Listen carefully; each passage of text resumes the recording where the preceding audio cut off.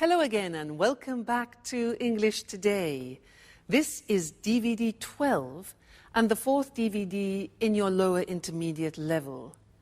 And in this DVD, we'll begin with another 2 episodes of our story, That's Life, followed by our special TV programs, which include 2 interesting discussions, one about the City of London and the other about migration. Then, in the grammar section, we will be learning more about comparative forms, and we'll be studying that very important tense, the present perfect, about how and when to use it. So, have fun.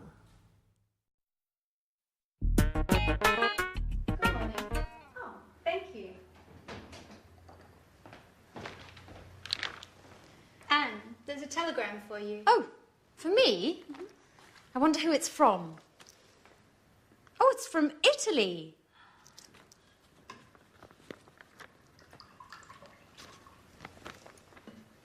Come on, Anne. Tell me who it is from. You know I'm dying of curiosity. It's from my sister, Kimberly. She says she's coming to visit me. And, well, she's arriving on Thursday. Today's Thursday.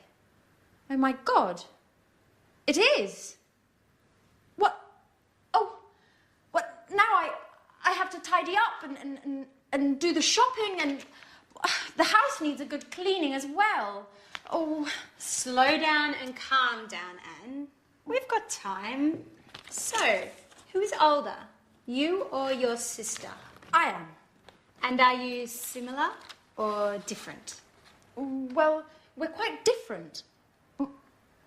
She's shorter than I am, and she's got blue eyes. Hey, what are you talking about? About Anne's sister, Kimberly. She's arriving this afternoon. Great, I can't wait to meet her. Is she as cute as you, Anne? Well, stop being silly, Jack. You're the biggest joker I know. I have to get going now. Remember, don't leave the house in a mess. Is that all she thinks about when someone is coming? Cleaning, vacuuming, tidying up and dusting? Do you think Kimberly is worse than Anne? If so, we're going to have a lot of work to do. That's right. 2 sisters means twice the work.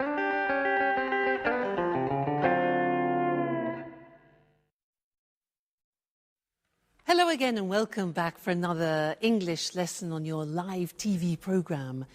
Now, in that episode which you just saw, we learned that Anne has a sister called Kimberly, and that Anne is older than Kimberly, and Kimberly is shorter than Anne. And Jack asked, is she as cute as Anne? Now, those were examples of different ways of using the comparative form, which is what I want to look at with you now. For example, look at this. This is one book, this is another. They're not the same.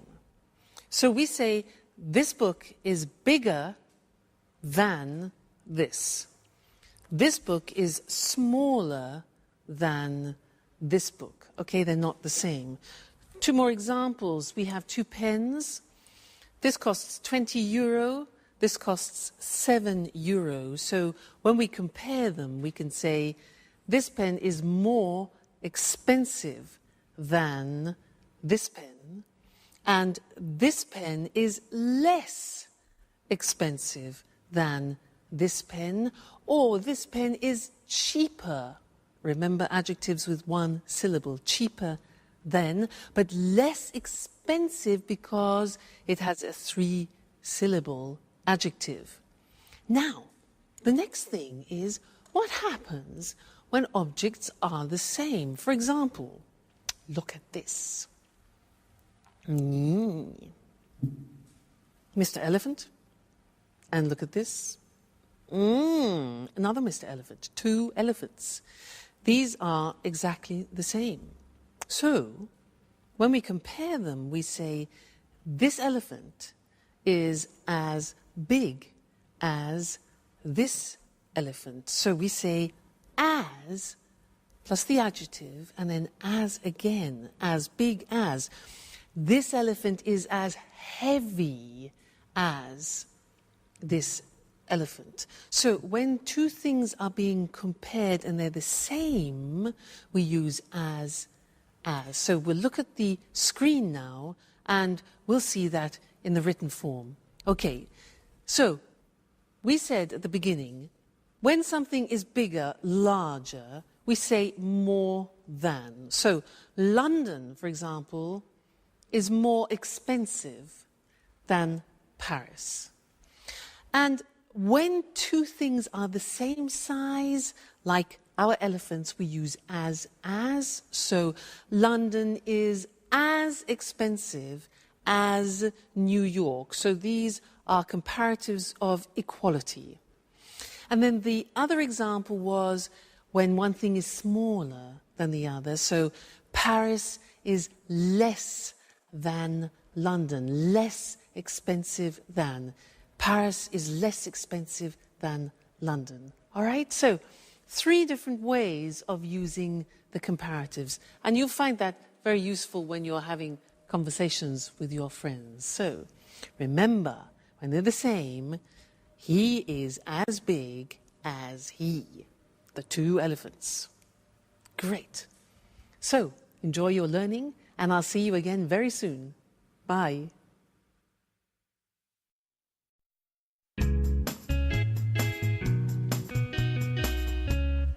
Hi, Anne. So, you must be Kimberly. It's a pleasure. I'm Jack. Hello, Jack. Anne has told me so much about you. Hi, I'm Alice. You live in Rome, don't you? So, how is life in Bella, Italy? Wonderful. My father raised me in America, though, but Italy is the most fascinating country in the world, as far as I'm concerned. Its history, the art, and of course, the best food in the world. What else could anyone ask for? And of course, the Italians are the most likable people in the world. You are 100% right. Just look at me. I'm originally from Bologna, which is one of the best cities in the world when it comes to eating well. I know Bologna well. It's a beautiful city, even if I do prefer Rome. Rome is much bigger and more exciting. So how does London compare? London isn't that bad. Apart from the weather, it certainly is much colder than in Italy. And the British are, well, how should I say this? They're less clever than the Italians. Watch yourself, Jack. Watch what you're saying. Yes. You know, Kimberly and I are both British. Well, I'm more British than she is. You're right. Well, I was talking about British men, of course. Kimberly, this is Peter and Sharon. They live in the apartment next door. It's a pleasure to meet you. So, Kimberly, Anne told us that you're attending art school in Rome. You know, I wanted to study art when I was a little girl, but in the end, I decided to study archaeology instead. That's interesting.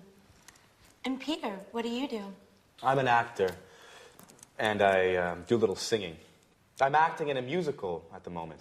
What a great career. Yes, but it's certainly less stressful than Jack's line of work. He works a lot harder than Peter. But actually, he's the hardest working person in the house. And I'm the person that has the most fun.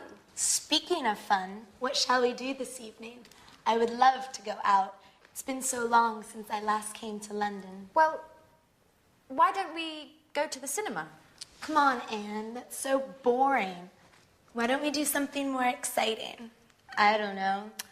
We could go to the pub and get something to eat. And after that, why don't we go to a disco? Wow, what a surprise. You two are completely different.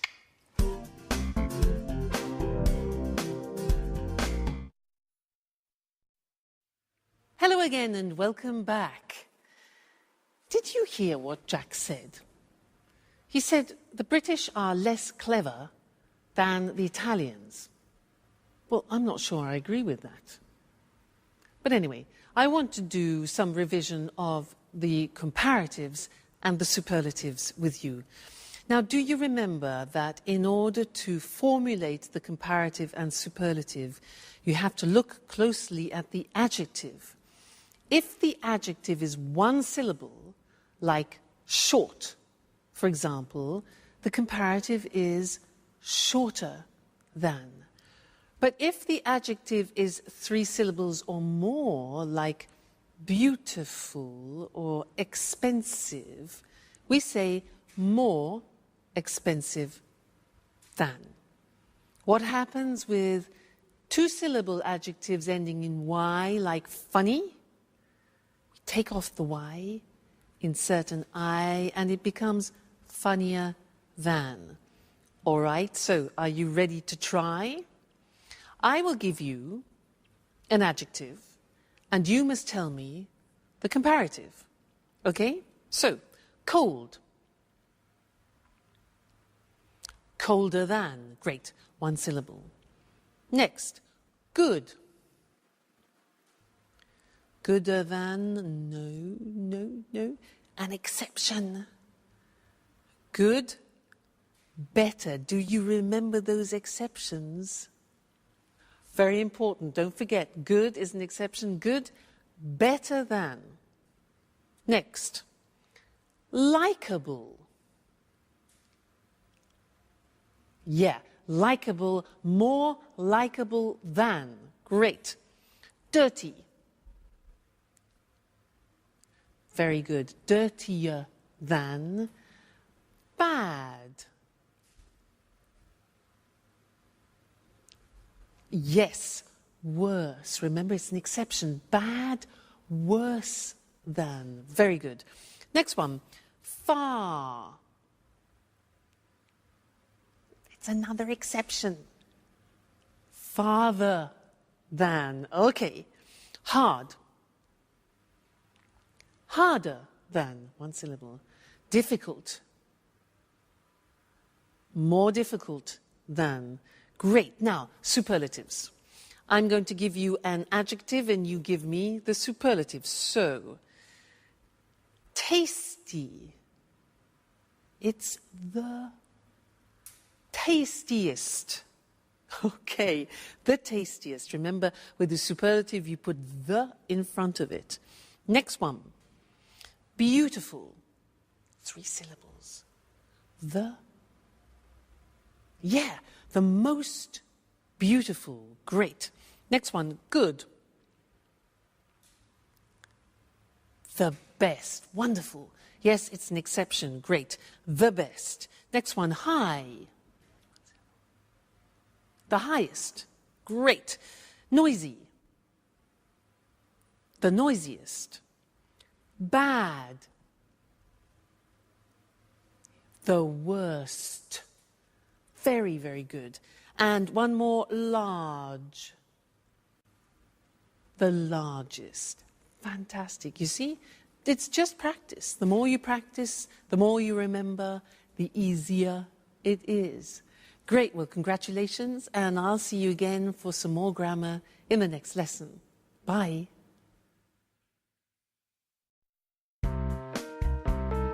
Have you finished yet? Alice! No, Jack, I haven't finished my shower. Could you ask Anne to come in here, please? She's just left. Come on, I'm pleading with you. Alice, I'm late.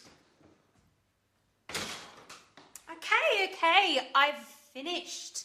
Calm down. The bathroom's all yours. Oh, finally. You've been in there for over an hour.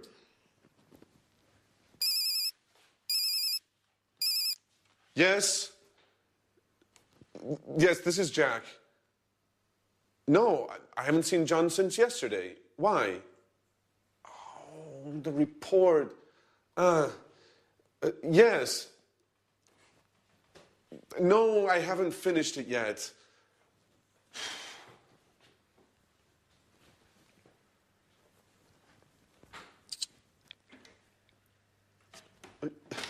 Yes, I know it's important. Anyway, I've already started writing it. Yes, I'll send it to you as soon as it's finished. Excuse me? Listen, I'll call you later. Okay.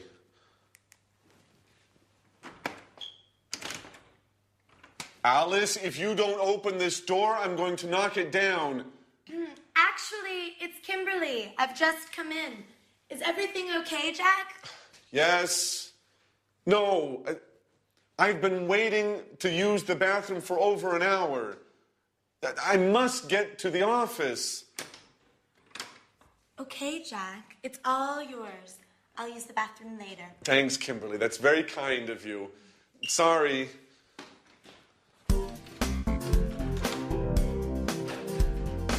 Hey, Jack, have you seen my watch? I've probably left it in there. Oh, here you go.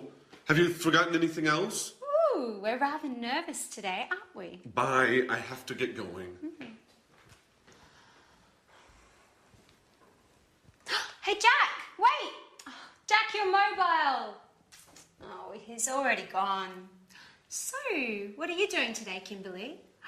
Have you ever been to Portobello Market? No, I've never been there. Would you like to come along and browse around the stands? Oh, yes. It's been months since I last visited a flea market.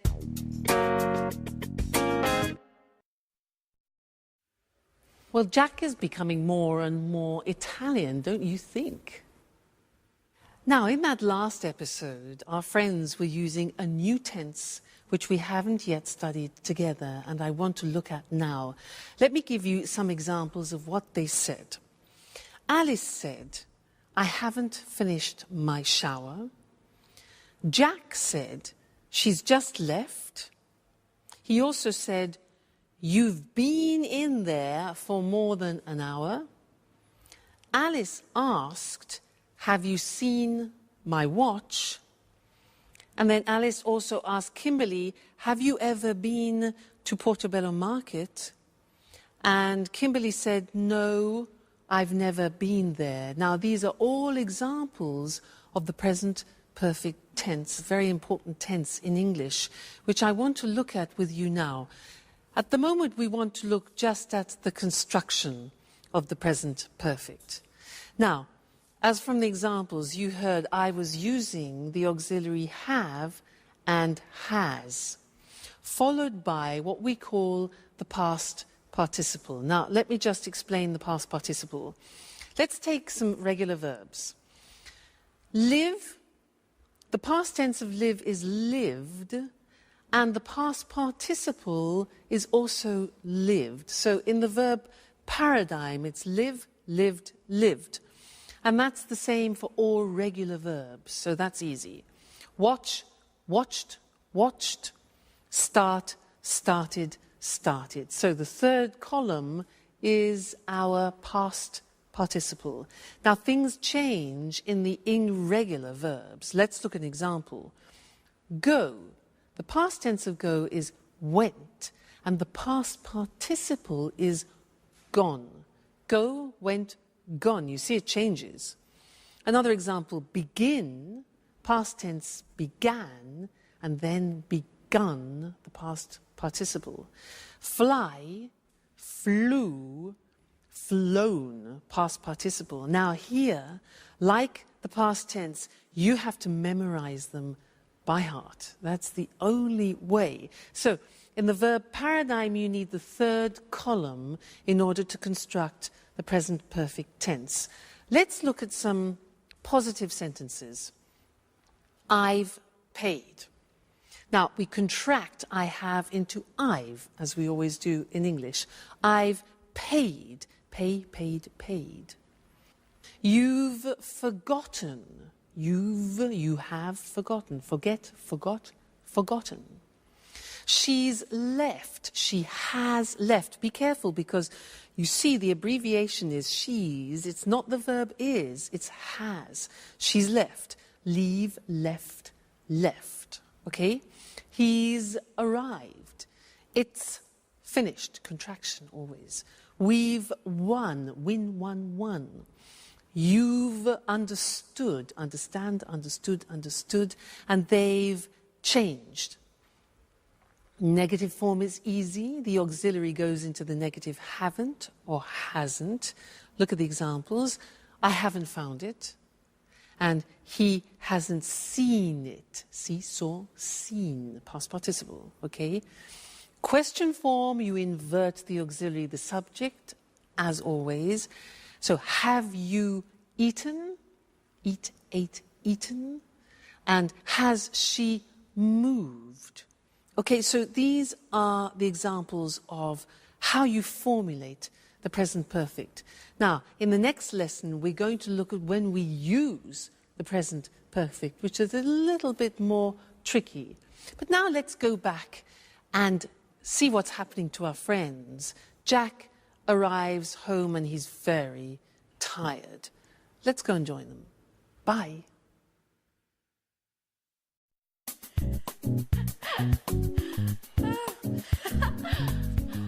Hi, Jack. Oh, what's the matter? You look awful. I'm a wreck. And I've lost my mobile. No. Alice told me you forgot it when you left the apartment this morning. That's where it is. I've looked everywhere. I must admit, I've been a little distracted lately. I guess I need some rest. You know, I haven't had a holiday since they transferred me to London. Oh. Okay, well, relax a little now. Kimberly is showing me some photos of a party they had at university last month. I've never seen such funny photos. Hey, this is a picture of the Faculty of Economics. I've been there for a seminar. Really? When did you attend that? Well, I was only there for 4 days, but it was really interesting. Hey guys, I've just got off the phone to Peter and he wants to know if they can come over in a bit. He wants us to convince Sharon to move to Japan with him. She hasn't decided yet if she wants to go. To Japan? It's a great country. Have you ever been there? No. And to tell you the truth, I'm not really interested in going. Why do you say that, Jack? You're right, Kimberly. Japan is a fascinating country. I haven't been since 1995. Who knows what has changed since then? Do you mind if I go to my room? Today was awful. I'm dead tired and I haven't had anything to eat. Please tell Sharon and Peter, please give Sharon and Peter my regards. I'm really not in the mood to chat this evening.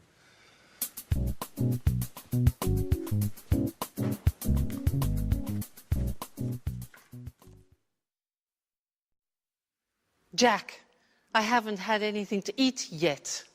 That's just an excuse. But it's interesting for us because he used the present perfect with yet. I haven't had anything to eat yet. And in this lesson, I want to help you understand when we use the present perfect. Okay? Now, remember when we studied the past tense, I gave you an acronym, this, oil, way, on, in, last, when, ago, yesterday, because we use the simple past with definite time in the past. Well, I have another acronym for you to help you with the present perfect. And here it is. Genie. Now, these represent time words which are indefinite. They describe indefinite time. So can you guess what they are? J. J is just. I have just seen him means like 2 seconds ago, just now, recently. Just. This one here. England. Used in questions, it's ever. Okay, so have you ever been to England? Ever means sometime in your life. All right, so ever. Next one, A. I've already seen it. Already means something that you have done. It's something that is finished in the past. I've already seen it. Okay? This one here is the opposite of this. Ever. never. Good. I have never been to England. Just, ever, already, never, and this one, that's what Jack said. I haven't eaten yet. Yet means an action which hasn't been completed. So yet. I want to look at these on the screen with you now and see where we put them in the sentence, because that's important. Just, ever, already, never, yet. There they are. You see them written. Just, ever, already, never, yet. So, they are indefinite time words. Look at them in the sentence. I've just come. Do you notice where it is? It's before the past participle. After the auxiliary, before the past participle. I've just come. Second example, have you ever been there? Ever is before the past participle. Great. He's already gone. It's before the past participle. And I've never seen them before the past participle seen. So, just, ever, already, never are before the past participle. Look at the last one. I haven't finished yet. Notice that yet is the exception and it comes after the past participle. So you need to remember that. Yet is the exception. All right, so try and learn this. Just, ever, already, never, yet. When you're in the bath, just repeat it. Just, ever, already, never, yet, present perfect. All right, it will really help you when you're in conversation. And don't worry, we haven't finished with the present perfect. We will be saying other things about it in the future. So, happy memorizing. And I'll see you again soon. Bye. Hello, and welcome to this week's edition of Let's Talk, the discussion program with our commentators, Tom and Marie. Good evening, everyone. Good evening. Oh, Tom, you went to London last week, didn't you? You told me you had a meeting with an important businessman. Yes, I did. I interviewed the chief executive of a major UK financial group. He works in the city. So, you visited the heart of international high finance. Interesting. Yes, it was interesting, actually. You know, the city is very small, but very important in the world of finance. I mean, did you know that the City of London, that's its full name, is just 1 square mile, or 2.6 kilometres, and that only 7,000 people live there? Really? So few people? Yes, only 7,000 people live there, but more than 320,000 people a day commute into the city to work there. Wow! 1/3 commuters every day. Can we explain to our viewers just why this part of London is so important? Of course.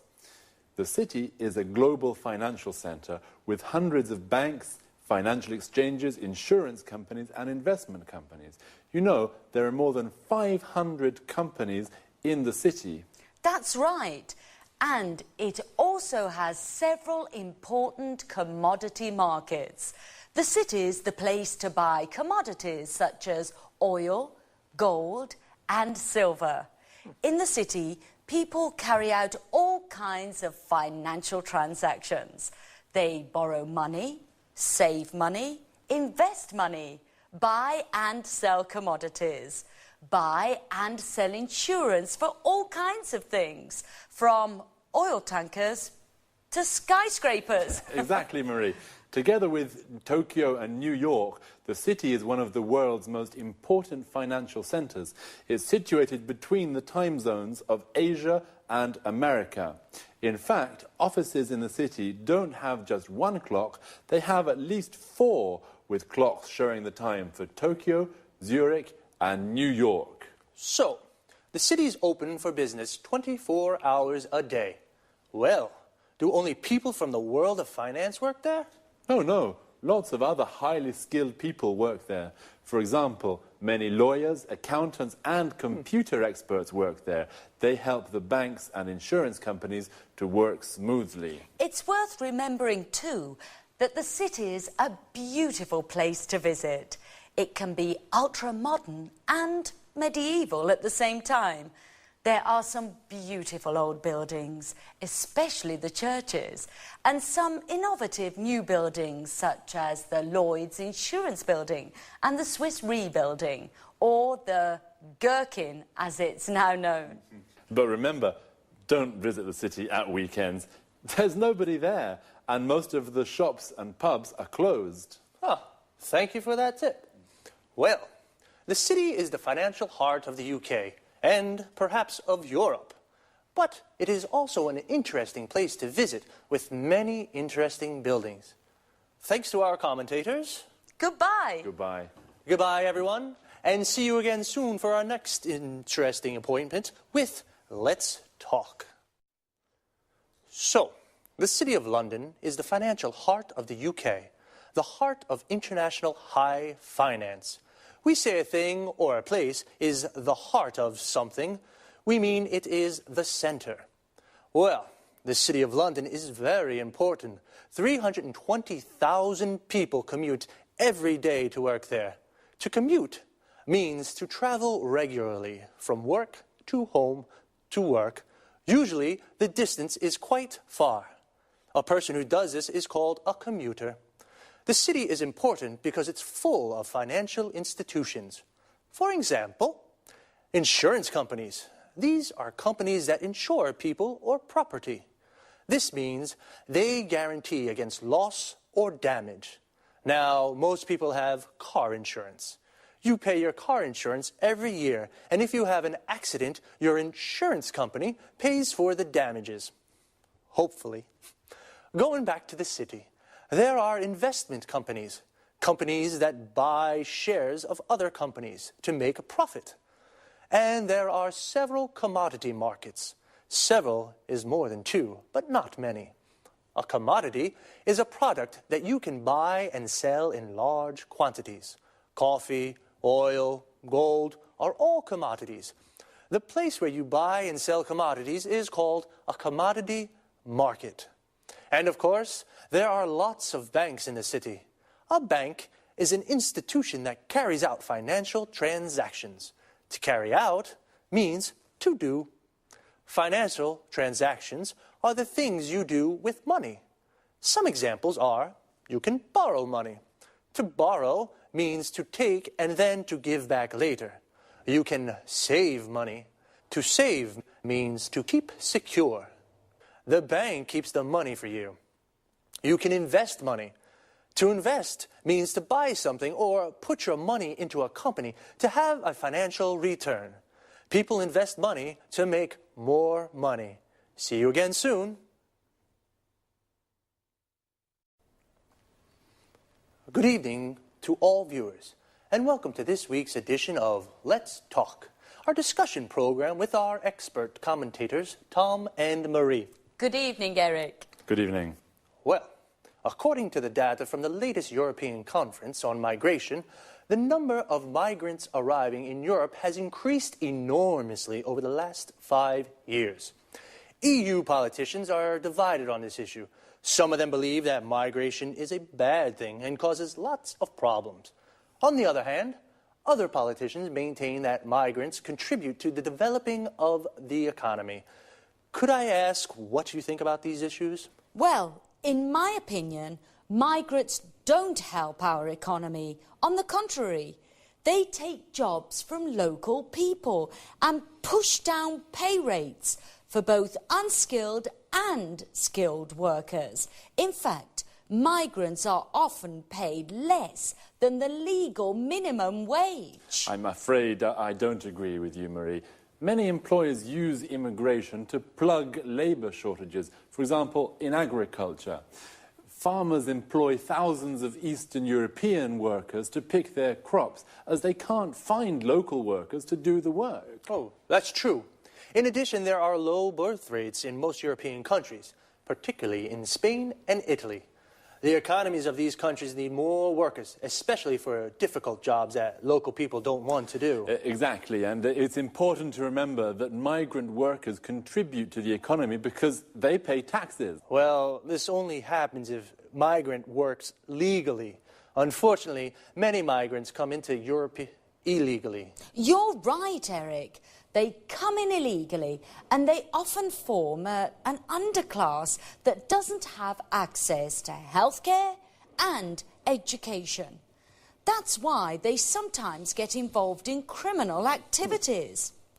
I think some immigration is okay, especially if the immigrants are asylum seekers or refugees who can't return to their home countries. Apart from this, I think European governments should put a stop to immigration.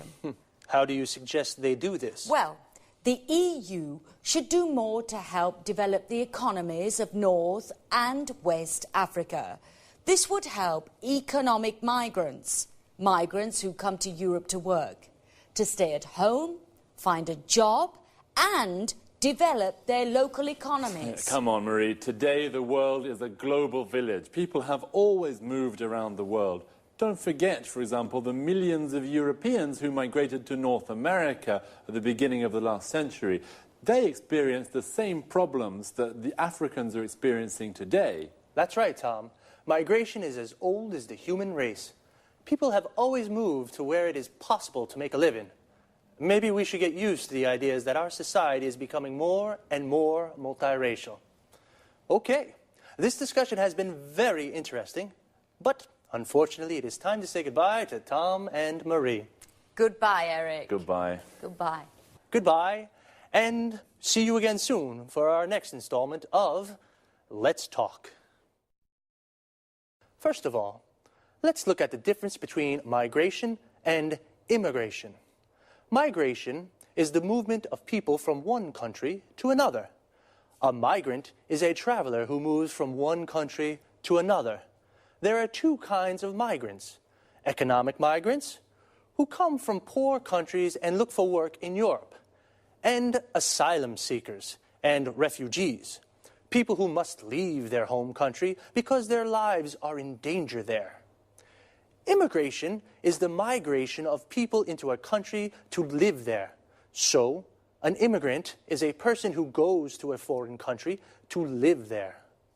Data shows that the number of migrants coming to Europe is increasing. Data is another word for information, usually numbers. Well, there are divided opinions in the EU. The EU stands for the European Union. Some EU politicians think it's a good thing because migrants contribute to the development of European economies. This means they help the economy to grow. How do they contribute? They pay taxes. Tax is the money we pay from our salaries to the government. And employers, these are the people who give jobs to other people, use migrants to plug labor shortages. This means they give jobs to the migrants because there are no local people to do the work. Other EU politicians think immigration is a bad thing because migrants push down pay rates. This means they reduce the amount of money that people are paid. How do they push down pay rates? They are often paid less than the legal minimum wage. This is the lowest legal salary a person can receive. Some migrants work illegally. Illegally means against the law. Migrants who pay taxes work legally. Legally means following the law. I'm afraid I have to say goodbye now. I'll see you next time for another discussion on Let's Talk.